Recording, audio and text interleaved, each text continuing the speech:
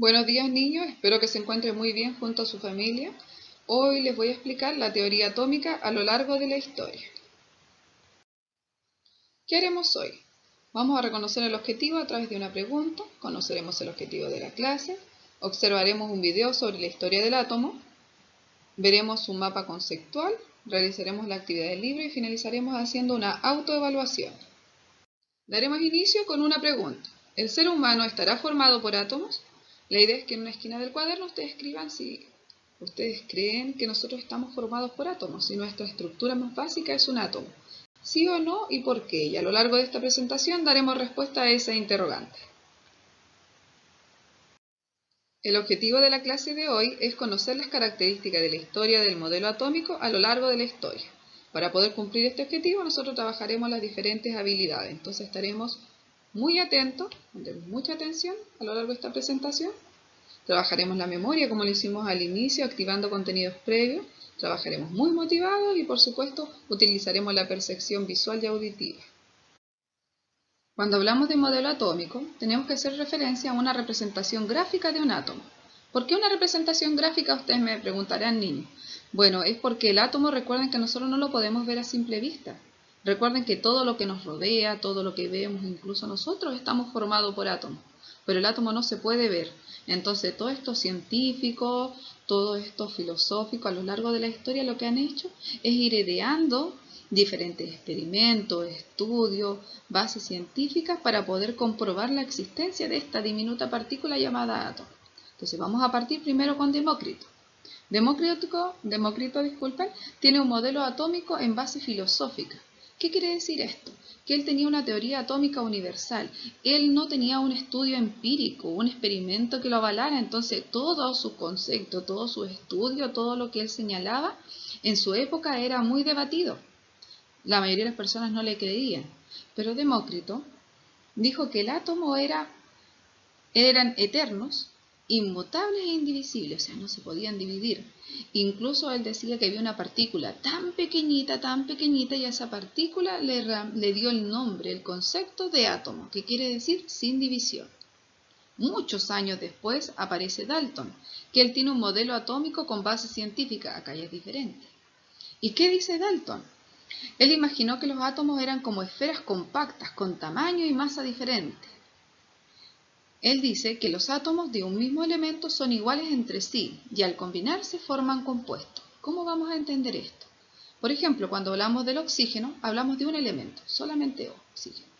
Cuando hablamos del agua, H2O, estamos hablando de dos elementos. La mezcla de dos o más elementos da como origen a un compuesto. También Dalton retoma lo que dijo Demócrito de que el átomo era indivisible. Él quiere decir que él lo avala el estudio de Demócrito. Años después aparece Thomson.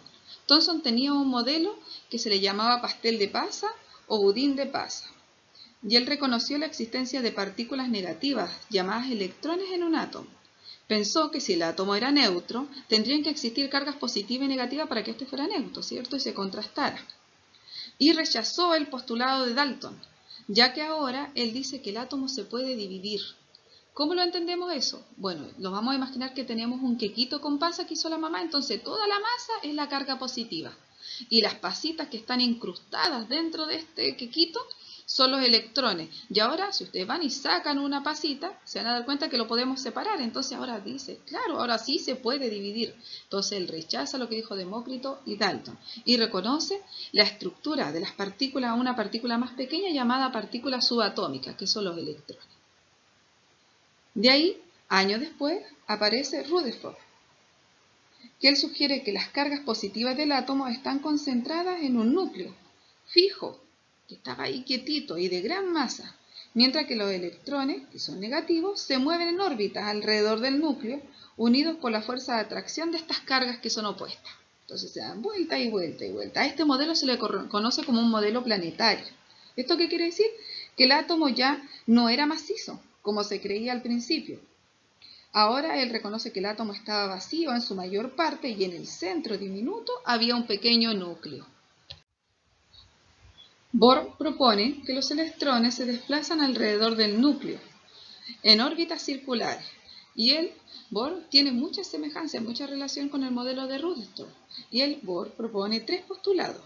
Los electrones se mueven alrededor del núcleo en órbitas. El segundo postulado, que los electrones tienen niveles de energía y que cuando los electrones se mueven de estos diferentes niveles ganan o pierden energía. Posteriormente viene el modelo actual, donde es un modelo probabilístico. Se encuentra presente establece la presencia de orbitales, que son regiones en el espacio en donde es probable encontrar un electrón. Aparecen 4 regiones, 4 tipos de orbitales, que tienen diferentes formas según la cantidad de energía de las partículas negativas que se mueven en ellas. Y tenemos, por ejemplo, los orbitales S, P, D y F. Entonces, ¿qué debemos tener presente principalmente cuando hablamos de un modelo atómico? Que gracias al modelo atómico podemos entender la existencia de una partícula tan pequeña que está formado todo, que tenemos en común, por ejemplo, los seres vivos, los seres inertes, que es el átomo. También que a lo largo de la historia este modelo ha ido cambiando a medida que también la ciencia ha ido evolucionando y le ha ido permitiendo a estas grandes mentes científicas poder experimentar. Entonces ahora vamos a ver un video sobre el modelo atómico para que podamos entender un poco más. El átomo es el componente fundamental de toda la materia, es decir, todo lo que existe en el universo físico conocido está hecho de átomos. El átomo es la partícula más pequeña de un elemento, que conserva todas sus propiedades químicas. A lo largo de la historia se han planteado diversos modelos para explicar la estructura y funcionamiento del átomo. En el siglo VI a.C., Demócrito imaginó que todas las cosas estaban conformadas por partículas pequeñas, indestructibles, invisibles e indivisibles, y las llamó átomos. Esta fue la primera noción del átomo en la historia. Mucho tiempo después, en 1808, John Dalton retomó esta idea y desarrolló la teoría atómica, en la cual postuló que el átomo es la partícula fundamental e indivisible de la materia. Los átomos de diferentes elementos tienen masa y propiedades diferentes. El átomo puede asociarse con otros para formar moléculas. Los compuestos químicos se forman por la unión de 2 o más átomos de diferentes elementos. Más tarde, en 1904, Joseph Thomson experimentó con un tubo de rayos catódicos y descubrió partículas negativas dentro del átomo, a las que posteriormente se les denominó electrones. Thomson pensó que si los electrones eran negativos, debía existir una carga positiva, y así diseñó su modelo conocido como pastel con pasas o budín, donde el pan representaba al átomo con carga positiva y los electrones se encontraban incrustados como si fueran pasas. A partir de este momento se concibió al átomo como divisible.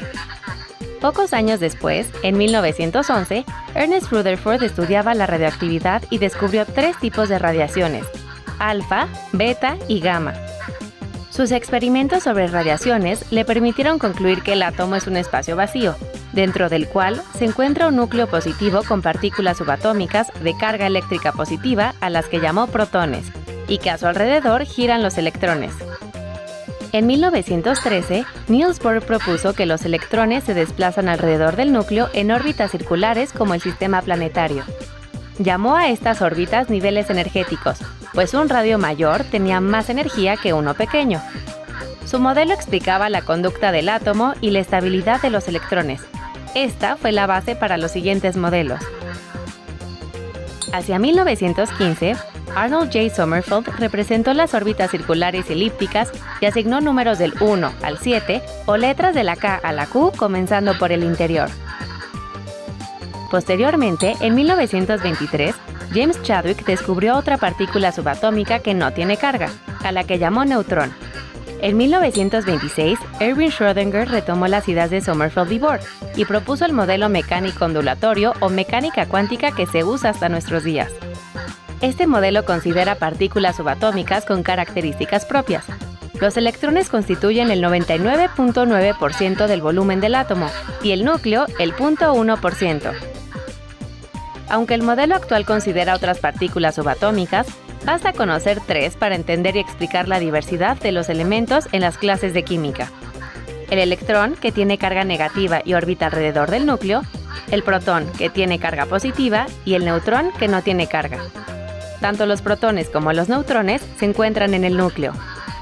Gracias a los modelos atómicos se comprendió cómo actúan los átomos y cuáles son sus partes. Con base en estos conocimientos, se logró explicar la manera en que los elementos se unen y conforman distintos tipos de materia. Entonces, niños, después de haber visto el video, la idea es que ustedes vayan al cuadernillo de sus libros de estudiante y puedan ubicar en la página número 94, el número 1 y número 2. Esa es la actividad que vamos a realizar. Entonces, esta página ustedes tienen primero un escrito sobre Demócrito, lo tienen que leer, y después ustedes tienen que hacer una línea del tiempo. ¿Sobre qué? Sobre la teoría atómica, teniendo en cuenta, por ejemplo, el modelo atómico de Dalton, las diferentes evidencias como experimento, cómo se llegaron a esas conclusiones y por supuesto la historia que planteó el modelo atómico a lo largo de todo el desarrollo hasta llegar al modelo actual. Ese trabajo, la idea es que lo realicen en su cuaderno y si tienen alguna hojita, por ejemplo, de blog o de cartulina o una hoja de oficio, también lo podrían realizar ahí y me lo tienen que sacar una fotografía y mandármelo a mi correo que está al inicio de la guía. Ahora realizaremos una autoevaluación. Recuerden que esto no es necesario que lo escriban, es simplemente para que ustedes vayan viendo si estamos cumpliendo los pasos del trabajo. Entonces, ¿estuviste atento durante la explicación? ¿Realmente yo utilicé esa habilidad, la atención? ¿Qué trabajamos en la clase de hoy? ¿De qué se trató? ¿Te sentiste motivado para realizar la actividad? Entonces, si tenemos un poquito de cansancio, no queremos realizar toda la actividad, la idea es que de a poco nos vayamos estableciendo, vayamos organizando, formando rutinas para poder ir cumpliendo nuestras metas y nuestros objetivos que corresponden a esta asignatura. ¿Se cumplió el objetivo de la clase? ¿Qué aprendí hoy? Y eso que aprendí es muy necesario que quede escrito en el cuaderno para cuando tengamos nuestras clases virtuales podamos revisarlo y comprender y entender un poquito más de qué se trataba esta clase. Entonces, ahora vamos a hacer como un breve, pequeñito resumen y vamos a hablar del modelo atómico. Recordemos que el modelo, cuando hablamos de un modelo atómico, estamos hablando de una representación gráfica, o sea, de un dibujo, porque acuérdense que nosotros casi no lo podemos ver. No podemos ver un átomo, entonces necesitamos que alguien nos organice nuestra idea y los diferentes estudios. Entonces tenemos Demócrito, que él era un filósofo griego, entonces los estudios de él eran en más base filosófica, entonces él no tenía un estudio empírico que lo validara, entonces todos los estudios, a pesar de que son muchos aportes, no fueron retomados en cuenta hasta que llegó Dalton. Demócrito reconoce el concepto de una pequeña, él reconoce que hay una pequeña, diminuta partícula chiquitita y a esa le da el nombre de átomo, que quiere decir sin división. Años después aparece Dalton. Dalton retoma el concepto de Demócrito y dice, sí, sabes que existe una pequeña partícula muy pequeñita y esa es indivisible, no se puede dividir. También dice que la materia está formada por átomos, que es indivisible, y que al combinar los elementos, que cada elemento tiene una misma característica, pero cuando los combinamos vamos a dar origen a un compuesto. Y ahí nosotros hablábamos del oxígeno, que es un elemento, y que, por ejemplo, yo combino partículas de hidrógeno y oxígeno y me da el agua, H2O. Entonces, si nos damos cuenta, la mezcla de dos o más elementos nos va a dar como origen a un compuesto. De ahí aparece Thomson, y Thomson habla sobre su teoría del pudín con pasas, del pastelito con pasas que puede hacer la mamá. Entonces él ya dice que ahora no, que es mentira, que el átomo es indivisible, el átomo sí se puede dividir porque si yo tengo un quequito que tiene pasas, yo le saco las pasitas, le saco los electrones, que era lo negativo, y estas partículas subatómicas se pueden separar, entonces ahora sí se puede dividir. Entonces él ya rechaza todo el postulado de atrás, que no quiere decir que no sea importante el aporte de Demócrito o de Dalton. Sí, es muy importante, solamente que ahora estamos con esta nueva teoría que sería la de Thomson.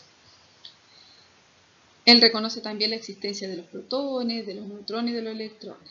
De ahí aparece Rutherford, que él utiliza un modelo más planetario. ¿Por qué? Porque dice que en el centro, que ahora el átomo no era sólido como se creía, compacto, sino que estaba como vacío. Y que en el centro había algo pequeñito que era un núcleo, y que los electrones giraban alrededor de él como un sistema planetario porque se sentían atraídos por las diferentes cargas que tenía. Después aparece Bohr, que tiene algo muy similar a Rutherford, pero él propone 3 nuevos postulados que dicen que ahora que cada órbita tiene diferentes niveles, ¿ya? Y que los diferentes niveles son circulares y que ganan o pierden carga según a medida que los electrones se van cambiando. De ahí aparece el modelo actual, que el modelo actual retoma todo lo que han dicho los diferentes autores, porque no es que alguien solito lo hizo. Y la mayor parte del átomo se encuentra vacío, dice que la materia es compacta y que a veces se crean pequeñas ondas circulares. Acuérdense que este modelo es un modelo más probabilístico, entonces como al azar. Existe más probabilidad. Que no se puede conocer al mismo tiempo la velocidad y la posición de un electrón, que no es fija. Entonces, niños, espero que les quede un poquito más claro. Cuídense mucho, un fuerte abrazo, cariño a su familia.